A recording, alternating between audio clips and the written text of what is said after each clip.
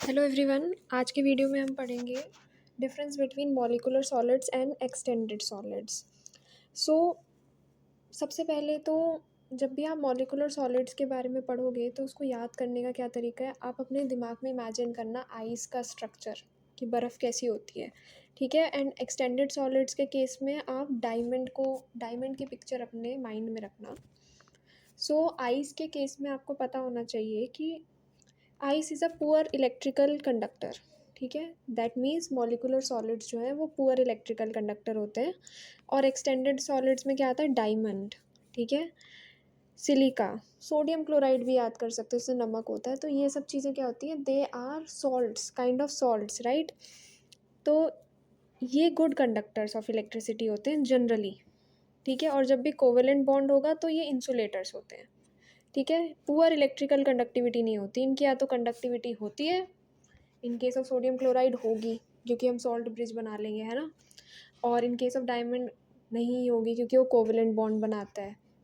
सो या तो ये गुड कंडक्टर होंगे या ये इंसुलेटर होंगे, यानी कि कंडक्टिविटी नहीं होगी एक्सटेंडेड सॉलिड्स के केस में। एंड मॉलिक्यूलर सॉलिड्स जो होते हैं वो पुअर इलेक्ट्रिकल कंडक्टर्स होते हैं। दूसरी चीज़, मॉलिक्यूलर सॉलिड्स का structure, discrete molecules held together by weak intermolecular forces. जो अलग अलग जगह क्लस्टर्स होते हैं मॉलिक्यूल्स के, और वो एक दूसरे से कैसे जुड़े हुए होते हैं, by weak intermolecular forces of attraction या वीक इंटरमॉलिक्यूलर फोर्सेस, राइट। इसका मतलब ये है कि जितने भी जब ये जॉइन होंगे ना तो इनके बीच के जो बॉन्ड होंगे वो इजीली ब्रेक किए जा सकते हैं, थोड़ी सी एनर्जी देंगे और ये मॉलिक्यूल टूट जाएंगे। जैसे बर्फ़ को थोड़ी सी हीट देते हैं वो पिघल जाती है, वैसे ही, ठीक है। तो दे आर डिस्क्रीट मॉलिक्यूल्स, इनमें कोई ऐसा रेगुलर अरेंजमेंट नहीं होता कि स्क्वायर शेप का अरेंजमेंट है, कुछ है, अलग अलग होते हैं, ये रैंडम अरेंजमेंट होता है by weak intermolecular forces. Extended solids में क्या होता है, एटम्स और आयंस जो भी है depending on the type of compound, covalent compound है तो एटम, और अगर आयनिक कंपाउंड है जैसे सोडियम क्लोराइड तो आयंस। ये जो हैं एक दूसरे से कनेक्टेड कैसे होते हैं, they are connected by continuous bonding, मतलब एक के साथ एक बॉन्ड, फिर दूसरा, फिर तीसरा, फिर चौथा, ठीक है। जैसे हमें पता है केज लाइक स्ट्रक्चर बहुत फेमस है डायमंड का, है ना। They are so extended solids में एटम्स और ions are connected by continuous bonding throughout the solid. Molecular solids में क्या होता है, strong covalent bonds inside each molecule, हर मॉलिक्यूल के अंदर स्ट्रॉन्ग कोवेलेंट बॉन्डिंग होती है। एक्सटेंडेड सॉलिड्स में क्या हो सकता है, कोवेलेंट बॉन्डिंग भी हो सकती है, आयनिक भी हो सकती है, मेटालिक भी हो सकती है। और ये जाइंट लैटिस बनाते हैं। लैटिस का मतलब है एक ऐसा स्ट्रक्चर जो बिल्कुल रेगुलर हो, यानी कि जैसे क्यूब की शेप में हो, या उसके अंदर एक पर्टिकुलर तरह से ही एटम्स अरेंज्ड हों, तभी वो एक लैटिस की फॉर्म में दिखता है, ठीक है। क्रिस्टल होते हैं जैसे बहुत सारे, डायमंड भी आप देखोगे तो उसका एक पर्टिकुलर स्ट्रक्चर होता है, ठीक है। आइस तो कोई भी शेप ले लेता है ना, जिस कंटेनर में उसको हम जमाते हैं और वो फैल भी जाती है थोड़ी सी ऊपर भी अगर पानी रह जाए तो, है ना। सो स्ट्रॉन्ग कोवेलेंट आयनिक और मेटेलिक बॉन्ड्स होते हैं विच फॉर्म जाइंट लैटिस, बहुत बड़े बड़े स्ट्रक्चर बनाते हैं।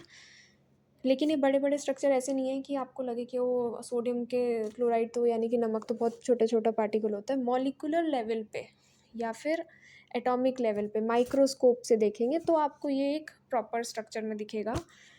मॉलिक्यूलर सॉलिड्स के केस में क्या था, स्ट्रॉन्ग कोवेलेंट बॉन्ड्स होती हैं ईच मॉलिक्यूल में, ठीक है। मॉलिक्यूलर सॉलिड्स में बॉन्ड्स कैसे होते हैं, वीक होते हैं, तो इनके बॉइलिंग और मेल्टिंग पॉइंट भी क्या होंगे, लो होंगे। एक्सटेंडेड सॉलिड्स में अरेंजमेंट जो है कंटिन्यूअस भी होता है और स्ट्रॉन्ग भी होता है, तो इनके केस में हाई मेल्टिंग और बॉइलिंग पॉइंट होगा। ये हमने पढ़ ही लिया, पुअर इलेक्ट्रिकल कंडक्टर और वो सब। मॉलिक्यूलर सॉलिड्स जो है उनके बॉन्डिंग वीक है, अगर बॉन्डिंग वीक है तो कैसा एटम होता है, सॉफ्ट, तो they are soft solids. Extended solids कैसे होते हैं, हार्ड और रिजिड, इनका स्ट्रक्चर भी फिक्स्ड होता है और ये हार्ड भी होते हैं, तोड़ना मुश्किल होता है इनको, मतलब। मॉलिक्यूलर सॉलिड्स में ये गैसेस, लिक्विड और सॉफ्ट सॉलिड्स हो सकते हैं रूम टेम्परेचर पे, लेकिन एक्सटेंडेड सॉलिड्स रूम टेम्परेचर पे हमेशा सॉलिड फॉर्म में ही होते हैं, ये याद रखना है आपको, ठीक है। इसके बाद में इसका एग्जांपल है मॉलिक्यूलर सॉलिड्स का आइस, ड्राई आइस मतलब कार्बन डाइऑक्साइड को ड्राई आइस बोलते हैं, आयोडीन एंड सुक्रोज। सुक्रोज क्या है, जो हमारे शुगर में मीठा होता है ना, वो सुक्रोज होता है, ठीक है। दूसरी तरफ एक्सटेंडेड सॉलिड्स में डायमंड, सिलिका, सिलिका क्वार्ट्ज भी बोलते हैं इसको, सोडियम क्लोराइड और मेटल्स जैसे कि कॉपर और आयरन। ठीक है, ये सब एक्सटेंडेड सॉलिड्स होते हैं। अगर आपको ये वीडियो पसंद आई तो प्लीज़ चैनल को सब्सक्राइब करना और वीडियो को लाइक करना। Thank you, bye bye.